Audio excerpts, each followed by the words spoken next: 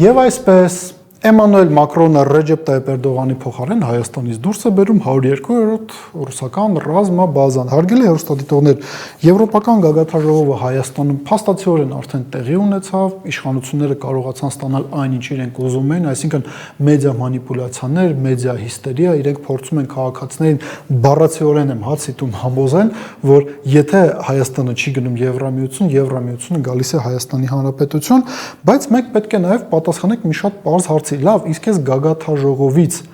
թիվ 1 շահառուն ով է լինում Նիկոլ Փաշինյանից բաց, որովհետև Նիկոլ Փաշինյանը անկեղծ լինենք հավանաբար կարողացել է լուծել իր համար կարևորագույն խնդիրը մայրաքաղաք Երևանում այս տեսակ իրադարձությունից հետո 1-1.5% ավել քվեներ ստանալ։ Լավ, բայց ամենամեծ շահառուն եւ ամենաշատ կորցրած կողմը այս պարագայում որն է։ Այս հարցը ունի իրականում երկու պարզ պատասխաններ։ Շահառուներ Թուրքիա-Ադրբեջան, ամենաշատը կորցրել է այս ամեն ինչից Հայաստանի Հանրապետությունը։ Եկեք հիմա մանրամասն վերլուծենք եւ հասկանանք ինչի մասին է խոսքը։ Նախ մի այսպիսի պարադոքսալ իրողությունից սկսենք։ Դե ֆակտո հստակ Հայաստանի Հանրապետությունը այս գագաթնաժողովից ստացել է մեկ բան։ Եվրամիության խաղաղության հիմնադրամից Հայաստանը ստացել է 30 միլիոն եվրո աջակցություն Հայաստանի Հանրապետության զինված ուժերի համար։ Հարգելի հեռուստադիտողներ, դուք կարող եք բացել ցանկացած որոնողական համակարգ եւ հետեւյալ հարցը տալ. իսկ խաղաղության հիմնադրամից Ադրբեջանը այս տարիների ընթացքում օգտվել է թե ոչ։ Եվ դուք կտեսնեք, որ օգտվել է եւ Ադրբեջանը, Եվրամիության խաղաղության հիմնադրամից ստացել է ուղիղ այնքան աջակցություն, որքան ստացել է Հայաստանի Հանրապետությունը, ընդհանրապես Եվրամիության մեր հարգարժան գործընկերները այստեղ փորձում են որոշակի առումով բալանս պահպանել։ Ինչքան աջակցություն տալիս են Հայաստանին, լինի 10 միլիոն, լինի 20 միլիոն, այդքան գումար էլ հատկացում են նաեւ Ադրբեջանին։ Եվ այստեղ մենք կարող ենք պարադոքսալ իրականության հետ առերեսվել։ Նիկոլ Փաշինյանը եվրոպացիներին բերել է Հայաստանի Հանրապետություն, իրենք մասնակցում են քաղաքացիական պայմանագիր կուսակցության նախընտրական քարոզ արշավին, մենք մեր բյուջեից, մեր հարկատուների վճարած բյուջեից վճարում ենք Եվրոպական գագաթնաժողովի համար, բայց այս ամեն ինչից գումար է ստանում Ադրբեջանի նախագահ Իլհամ Ալիևը, որովհետև եթե մեզ տվել են 30 միլիոն եվրո, շատ մեծ հավանականություն կա, որ նաև Ադրբեջանը կստանա 30 միլիոն եվրո, սա կարևորագույն երևի ֆինանսական արդյունքներից մեկն է գագաթնաժողովի։ Իսկ հիմա գանք անվտանգային արդյունքներին։ Ինչ է ասում Էմանուել Մակրոնը։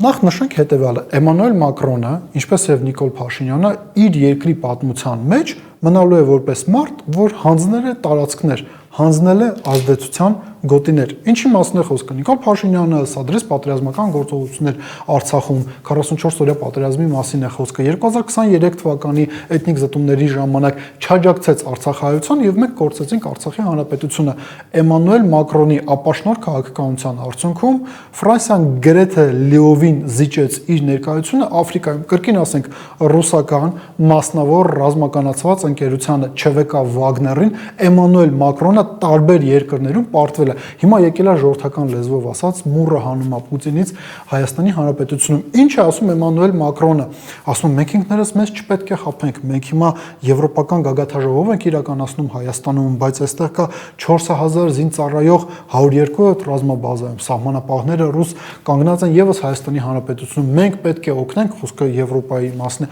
Մենք պետք է օգնենք Հայաստանի Հանրապետությանը ինքնիշխան որպես պետություն, որ ինքը կարողանա ինքնուրույն պաշտպանել իր սահմանները։ Թվում է թե լավ բան է ասում Էմանուել Մակրոնը, լավ է որ ամեն երկիր կարողանում է պաշտպանել իր սահմանները, իր անվտանգությունը,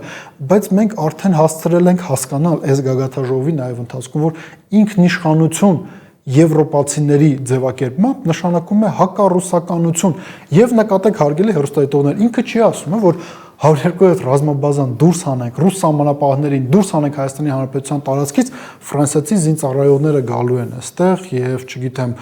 պաշտպանել Հայաստանի Հանրապետության տարածքային ամբողջականություն եւ ինքնիշխանություն, ասում Frontex-ը մասնավոր ընկերություն է, որը եկեք շատ մեղմ ձևակերպեմ, ինքը չունի հնարավորություններ փոխարինել ռուս սահմանապահներին հայ-թուրքական, հայ-իրանական սահմանին։ Իրենք արդեն շատ երկար ժամանակի ուսումնասիրություններ են կատարում Հայաստանի Հանրապետությունում եւ իրենք էլ են ըստ երևույթին եկել այդ տրամաբանական եզրահանգման, բայց Էմանուել Մակրոնը փաստորեն ուզում է ասել, որ 102 ռազմաբազայի փոխարեն եւ ռուս սահմանապահների փոխարեն Frontex-ը կարող է այստեղ ծառայություններ իրականացնել ու որպեսզի դա տեղի ունենա, իրենք պատրաստ են քննարկել ռոումինգի չեղարկել թողարկման հարցը, որպեսզի Frontex-ի աշխատողները Հայաստանի Հանրապետության տարածքում կարողանան առանց ռոումինգի շփվել միմյանց միջև։ Այսինքն արձանագրենք, Էմանուել Մակրոնը ինքնիշխան Հայաստանի Հանրապետությունում խառնվում է ինքնիշխան Հայաստանի եւ Ռուսաստանի Դաշնության միջև եղած փոխհարաբերություններին եւ ասում է, որ լավ կլինի, որ ռուս զինվորները, ռուսական ռազմաբազան այստեղ չլինի։ Հայաստանի Հանրապետության ինքնիշխան իշխանությունները զրո գնահատական են տալիս այս ամեն ինչի վերաբերյալ։ Իրենք չեն ասում հարգելի պարոն Մակրոն, մենք ինքնիշխան պետություն ենք, մենք ինքներս կորոշենք, թե ինչպես կկառուցենք մեր հարաբերությունները, մեր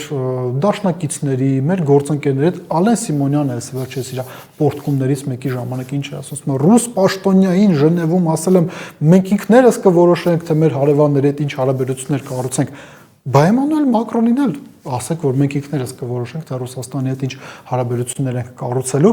թե Նիկոլ Փաշինյանը գլոբալ առումով համաձայն է Էմանուել Մակրոնի հետ եւ իր ընկալմամբ ինքնիշխանությունը դա հակառուսականություն է,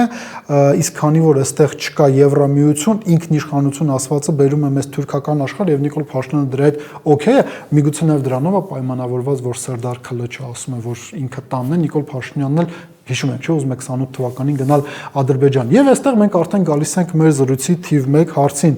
Լավ, հասկացանք, որ Հայաստանն է ամենաշատը պարտվում այս իրավիճակում, իսկ թիվ 1 շահառուն այս ամեն ինչում ով է։ Թիվ 1 շահառուն ստացվում է Ադրբեջանը եւ Թուրքիան են։ Ռեջեփ Տայիպ Էրդողանը տասնամյակներ շարունակ երազում էր գալ օրինակ Հայաստան եւ հայտարարել, որ 102 ռուսական ռազմաբազան պետք է դուրս բերվի Հայաստանի Հանրապետությունից, որովհետև դա տարածաշրջանում բալանս էր փոխելու հօգուտ Թուրքիայի։ Ռեջեփ Տայիպ Էրդողանը դեռևս դա չի կարող անել, բայց Էմանուել Մակրոնը, որը ֆորմալ առումով ինքը հանդես է գալիս ընդդեմ Թուրքիայի, ֆորմալ առումով հայտարարություններ է անում ընդդեմ Ադրբեջանի, նա հիմա Նիկոլ Փաշինյանի ձեռքը բռնած Գյումրիում հայտարարություններ է անում, որոնց թիվ 1 շահառուն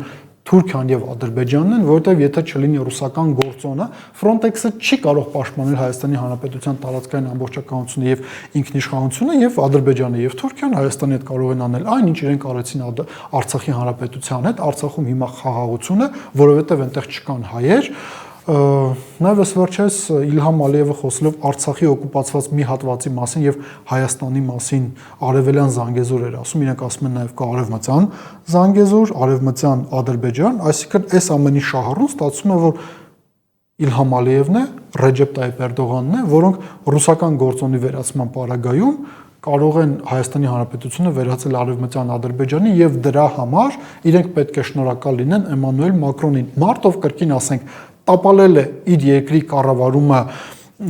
գաղութների կառավարման տեսանկյունից, ՉՎԿ Վագները Էմանուել Մակրոնին դուրս է շպրտել տարբեր հատվածներից եւ ինքը հիմա հայերի միջոցով մուռ է հանում Ռուսաստանի Դաշնության նախագահ Վլադիմիր Պուտինից։